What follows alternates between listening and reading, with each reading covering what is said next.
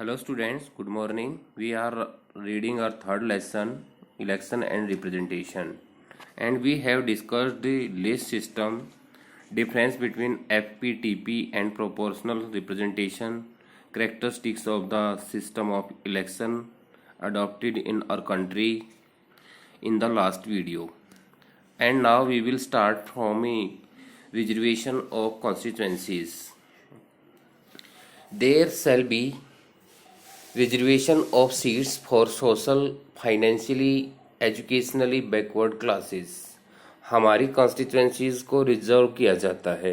इसका बड़ा एग्जाम्पल जो हमारा आसपास की जो कॉन्स्टिट्यूंसीज हैं स्टेट लेजिस्लेटिव असेंबली के लिए, जैसे सोनीपत है। सोनीपत में क्या है सर, सोनीपत में जो कॉन्स्टिट्यूंसी आती है खरखोदा आती है, तो खरखोदा वो रिजर्वेशन में आती है।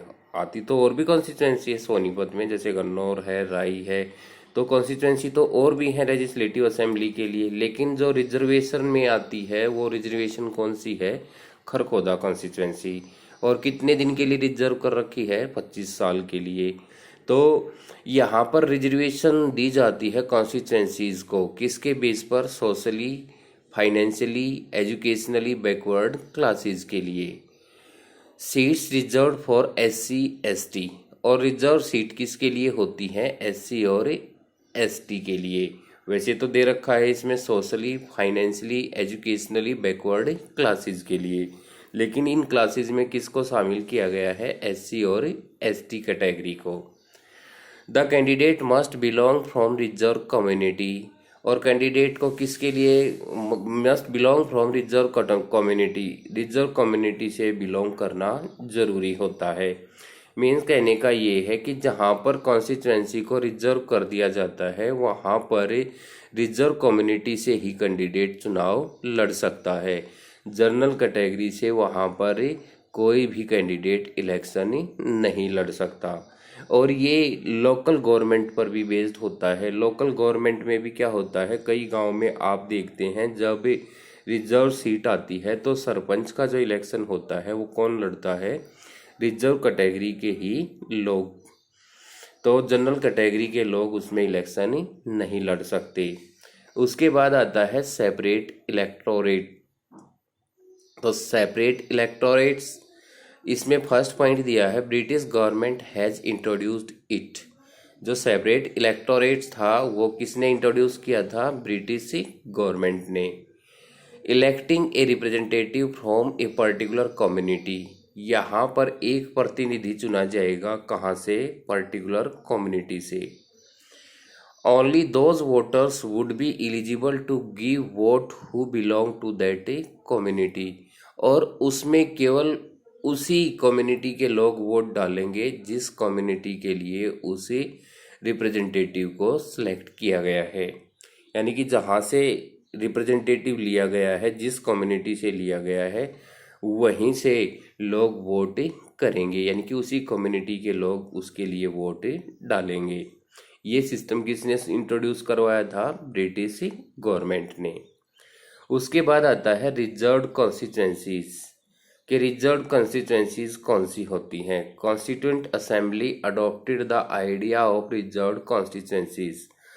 हमारी जो कॉन्स्टिट्यूंट असेंबली थी उसने इस बात को ध्यान में रखते हुए कि जो माइनॉरिटी है या फिर जो फाइनेंशियली, एजुकेशनली बैकवर्ड जो लोग हैं उनके लिए सीट्स रिजर्व कर दी जाएं। तो जो कॉन्स्टिट्यूंसी असेंबली थी हमारी, उसने जो ये रिजर्व कॉन्स्टिट्यूंसीज वाला आइडिया था उसको अडॉप्ट कर लिया था।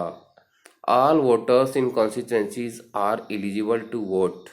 इसमें क्या होता है, उस कॉन्स्टिट्यूंसी में जितने भी आदमी एलिजिबल हैं वोट डालने के लिए, तो उनको वोट डालने का अधिकार दिया जाता है।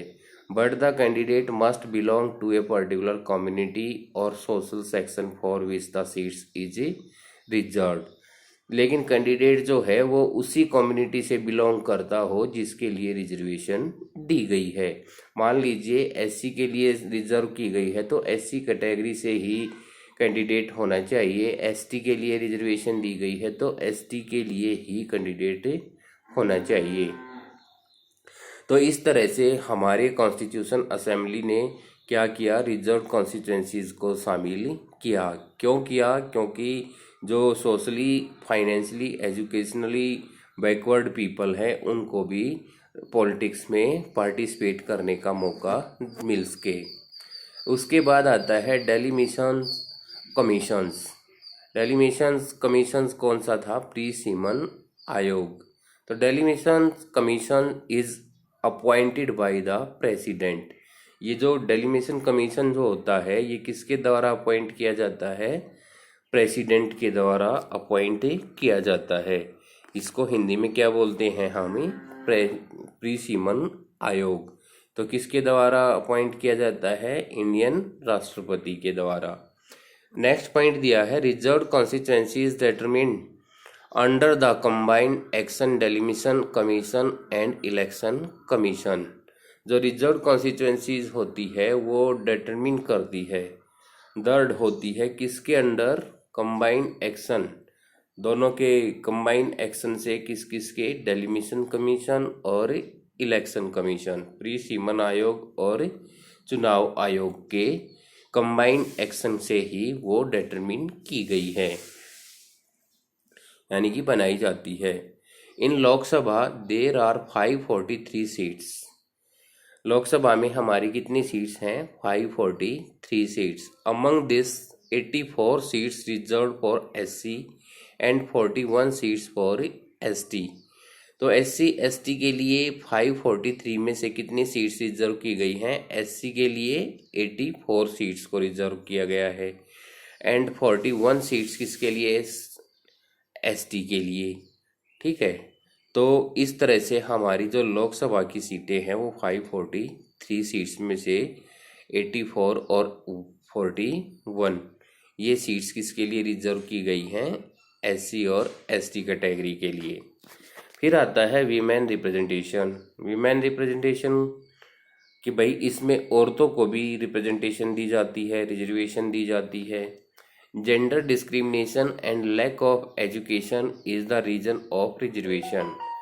इसका रीजन क्या माना गया है? एक तो जेंडर डिस्क्रिमिनेशन, दूसरा लैक ऑफ एजुकेशन। तो लैक ऑफ एजुकेशन और जेंडर डिस्क्रिमिनेशन के बेस पर एक रिजर्वेशन किसके लिए दिया गया है? वीमेन के लिए। There is only 10% of women participation in the Lok Sabha and state assembly. के केवल 10% पार्टिसिपेशन होता था किसके लिए? वीमेन के लिए। कहाँ पर? लोकसभा और स्टेट असेंबली में। 5% seats are reserve for women in the local bodies. और लोकल बॉडीज जो होती हैं यहाँ पर वीमेन के लिए कितना रिजर्वेशन दिया गया है? 50%। लोकसभा और स्टेट असेंबली के लिए कितना दिया गया है? 10%। ठीक है, तो ये था हमारा वीमेन रिप्रेजेंटेशन। तो आज की वीडियो में हम इतना ही पढ़ेंगे। आप इन टॉपिक्स को दोबारा से लाइन टू लाइन अपनी बुक से पढ़ सकते हैं। अगर फिर भी कोई डाउट रहता है तो आप ऑनलाइन क्लास में उनके बारे में पूछ सकते हैं। जल्द ही आपकी ऑनलाइन क्लास ली जाएगी, लिंक और टाइम आपको भेज दिया जाएगा। Thank you.